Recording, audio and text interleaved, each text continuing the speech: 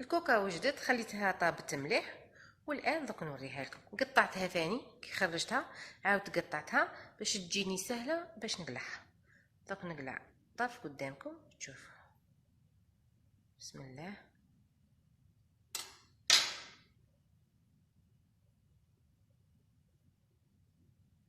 هشه ما شاء الله، وريحه الفرماج شنقولكم راهي تنوني. شهية طيبة، ان شاء الله تعجبكم هذه الوصفة. في وصفة اخرى ان شاء الله، وما تنساوناش بالدعم. مع السلامة. السلام عليكم البنات. اليوم جبت لكم وصفة الكوكا بديل العجين المورقة. نبدأ على بركة الله. عندنا كاس حليب دافي، عندنا نص كاس تاع سكر، نص كاس تاع زيت، حبة بيض، مغرف صغيرة تاع ملح، مغرف كبيرة تاع سكر. نخلط مليح بالمكونات ونزيد الفرينة بشوية، والفرينة على حسب لاباط. القوام تاعها لازم يكون مليح. نزيدو و ميم طون نخلطو. هذه لاباط ما فيهاش الخميره، بدون خميره، نديرو لها فيها غير بيكن باودر ولا خميره الحلوى.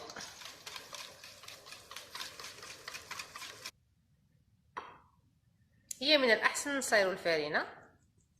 انا بغيت نديرها قدامكم هكا ونخلطو او ميم طون حتى اللي تولي عندنا عجينه خفيفه. ونزيدو ثاني.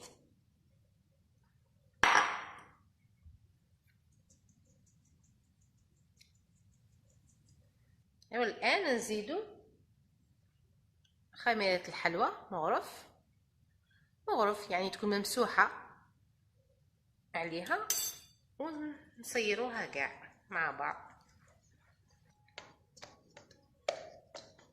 دروكي من هكا خلاص.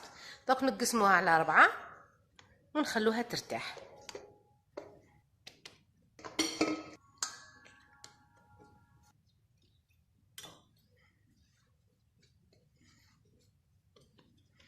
نقسموها على 4.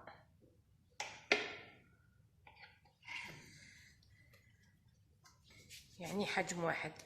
الا جات وحده كبيره على وحده نقصي منها هكا. نقلوا البصل تاع الحشوه، نديرو قريب حبه كبيره، نخلو يتقلى مليح مليح. راه تقلى مليح البصل، اللي يتقلى مليح باش يطلق الحلاوه تاعو ويجو لي صوص يجو بنان. دوك نزيد عليه لا صوص طوماط، هذه الطوماطيش درتها الطيب ومن بعد رحيتها هكا.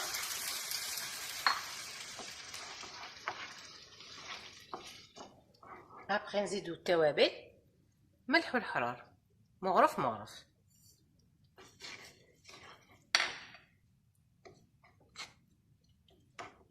ونزيدو لها طوماط كونسونطري. هيا نخلطوا كاع هذو المكونات مع بعض ونخلوهم يطيبوا. نبدا الان نحلو في لاباط.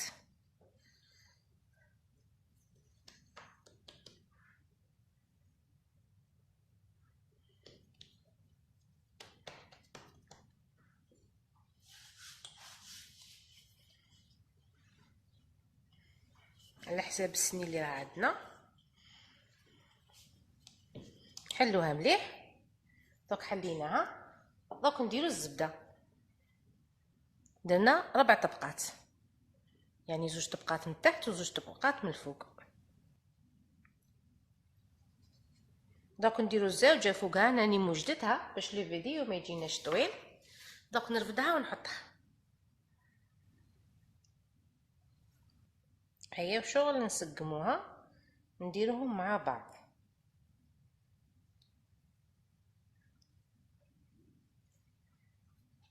ومن بعد نحلوها، نزيدو نحلوها اذا حسيتي العجينه شويه زيدي لها شويه فارين باش ما تلصقلكش، باش ما تغبنكش. كي نحطوا الاخرى ونساووها مع لاباط اللي تحتها، نعاودو نديرو ثاني مارغرين.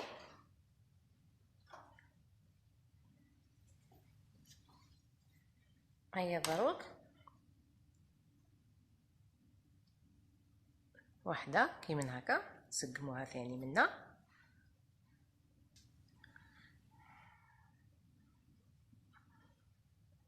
نسقموها منا ثاني منا هكا شغل باش تجينا متساويه هكا. نزيدو ثاني هاك، لا نزيد شويه نقص منها باش تجيني متساويه هكا. ومن بعد نبلعوه كيما هكا، يعني تجي هكا. هيا ونقعدو نحلو فيها بالعقل. صاي حليتها مليح، دوك نديرها في السني. حطيتها في السني ودوك ندير لها لاصوص. هيا ولازم الصلصه تكون بارده، ملقش تكون حاميه باش ما تخسرناش العجينه. نديرو لاصوص نوزعوها مليح،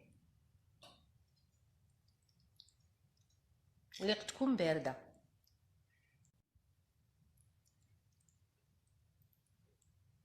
ونبغي انا ندير فيها الطون، هذو اختياري على حساب لوغو. نبغي ندير فيها الطون فيونداشي فاني المرقاز تخويه وديريه، ونزيدو لها الفرماج. بون انا الفرماج نبغيه بزاف، سبحان كون نصيب نديره غير هو. ونسقموه كاع باش يجو متوازنين. دوك ندير العجينه الاخرى من الفوق ونقعدو نسقمو فيها باش تجي كاع متساويه.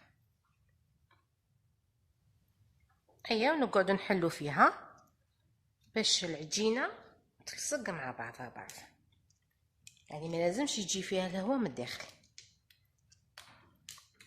ونثقبوها بالفرشيطه حاجه قليله غير باش الهواء يخرج لنا. صفار بيض ونزيدو له مع شويه خل ونخلطوه مليح مليح. هيا ونطلو العجينه، نطلوها مليح ودروك نقطعها، وكل واحد وش يبغي. نديرها مثلثات.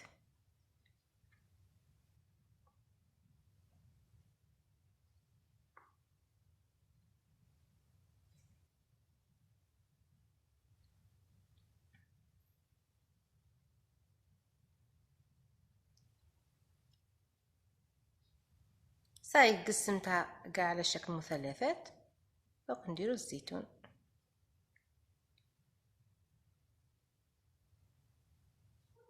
الان نحمي الكوشه مليح مليح ونطيبها.